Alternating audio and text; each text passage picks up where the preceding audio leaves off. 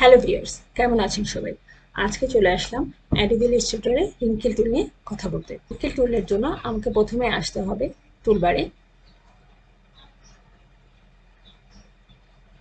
টুলবারে আসার পরে এখানে যে উইথ টুল আছে তার সবচেয়ে নিচে হচ্ছে রিঙ্কেল টুল।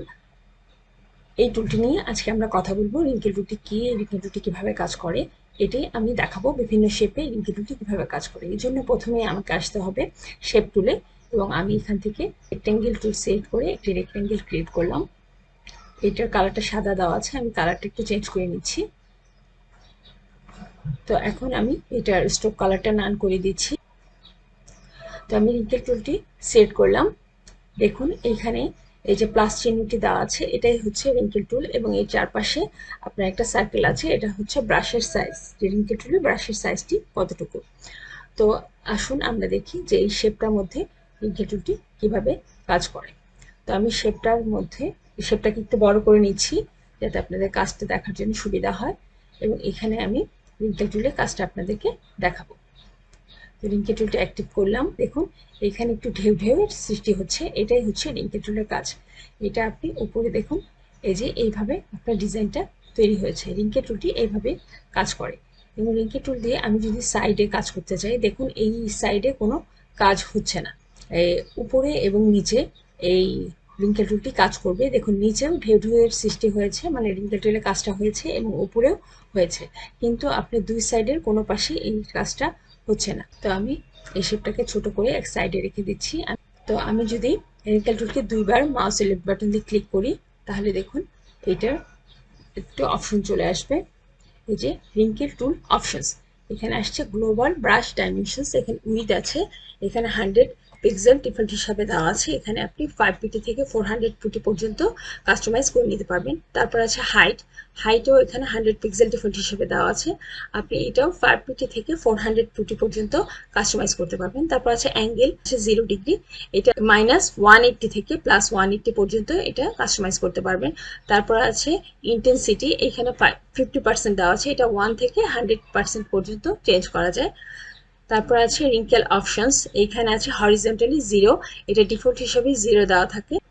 তারপর আছে ভার্টিক্যাল, এখানে ভার্টিক্যাল 100% করে দেওয়া আছে, এইটাকে আপনি 0 থেকে 100 পর্যন্ত এর মধ্যে কাস্টমাইজ করতে পারবেন, এবং হরিজন্টালটাও আপনি 0 থেকে 100 মধ্যে কাস্টমাইজ করতে পারবেন। তারপরে আছে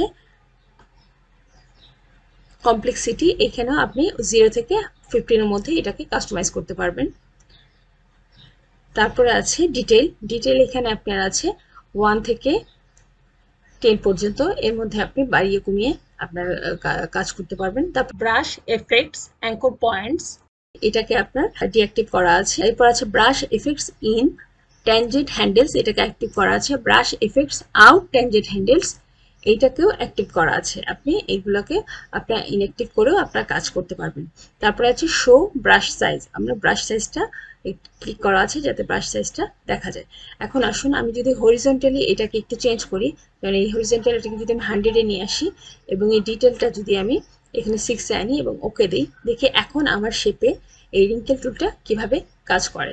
তো আমি এখান থেকে একটি শেপ নিচ্ছি, এই যে একটি রেক্টেঙ্গেল ক্রিয়েট করলাম, এবং এই দেখুন আমি রিঙ্কেল টুলটা সেট করার পরে দেখি এটা কাজ করে কিনা। এই যে দেখুন এটা কাজ করছে, এটা কিন্তু একটু ঢেউ ঢেউ হয়ে আসছে, এবং এটা ডিজাইনটা ক্রিয়েট হচ্ছে।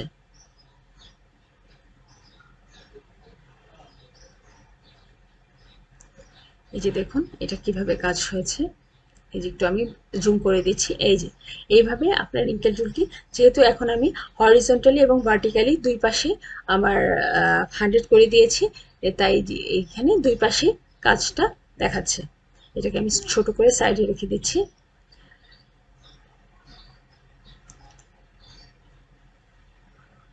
তো দেখুন এখানে রিঙ্কেল টুল অপশনসে আমি এটা হরিজন্টালি 100 করে রেখেছিলাম, এর জন্য আমার চারপাশেই কাজ হয়েছিল। এখন এটাকে আমি ডিফল্ট সাইজ 0-তেই রাখছি, এবং এইখানে আমি এটার যে কমপ্লেক্সিটি আছে এটাকে একটু বাড়িয়ে দিচ্ছি, 10 করে দিচ্ছি, এবং এটাকে আমি ওকে দিলাম, এবং এখান থেকে একটি শেপ নিচ্ছি। আমি এখন ইলিপস টুল দিয়ে একটি সার্কেল ক্রিয়েট করলাম, এবং এখন আমি রিঙ্কেল টুলটা অ্যাক্টিভ করলাম, দেখি এখানে কিভাবে কাজ হয়। এই যে দেখুন এটার যেহেতু আমি কমপ্লেক্সিটিটা বাড়িয়ে দিচ্ছি তাহলে ডিজাইনটা অনেক ঘন হচ্ছে এবং চারপাশে হচ্ছে। দেখুন এই যে এই ডিজাইনটা কিন্তু আগের চেয়ে অন্যরকম একটু হয়েছে, কারণ আমি এখানে কমপ্লেক্সিটিটা একটু বাড়িয়ে দিয়েছি।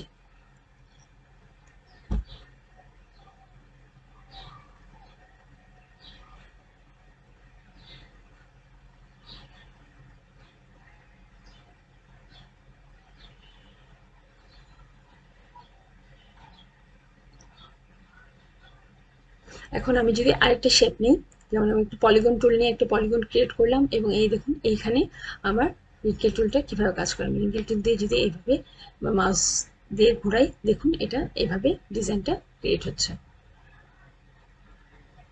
এই যে এইভাবে এটাই হচ্ছে আপনার পলিগন টুলে আমার রিঙ্কেল টুলের কাজ। একটু ছোট করে সাইডে রেখে দিচ্ছি এবং আমি আরেকটা শেপ নিচ্ছি, স্টার টুলটা নিই। এইটাতে দেখি আমার রিঙ্কেল টুলটা কীভাবে কাজ করে। স্টার টুলের কালারটা একটু চেঞ্জ করে দিই এবং এখানে আমি রিঙ্কেল টুলটা অ্যাক্টিভ করার পরে এই দেখুন এটা এভাবে কাজ করছে। এখন আমি একটি লাইন টানতেছি, লাইন সেগমেন্ট টুল নিয়ে আমি একটা লাইন ক্রিয়েট করলাম এবং এখানে আমি এটার স্ট্রোকটা বাড়িয়ে দিলাম কাজের সুবিধার জন্য এবং কালারটা চেঞ্জ করে দিচ্ছি। এবং দেখুন এখানে আমি যদি রিঙ্কেল টুলটা অ্যাক্টিভ করি, দেখুন কত সুন্দর ডিজাইন তৈরি হচ্ছে। তো লাইন টুলে এইভাবে রিঙ্কেল টুলটি কাজ করে।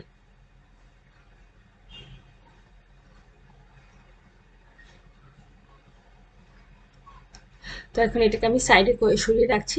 এতক্ষণ আমরা বিভিন্ন শেপ এবং লাইন টুলে দেখলাম যে রিঙ্কেল টুলটা কীভাবে কাজ করে। এখন আমি যদি একটি টেক্সটে দেখি যে একটি টেক্সটে রিঙ্কেল টুল কীভাবে কাজ করে, আমি টুলবারে যে টেক্সটে ক্লিক করলাম এবং এখানে একটি লিখলাম রিঙ্কেল এবং এই লেখার সাইজটাকে আমি একটু বড় করে দিচ্ছি যাতে কাজটা সুন্দরভাবে দেখা যায়। লেখার কালারটাকে চেঞ্জ করে দিই।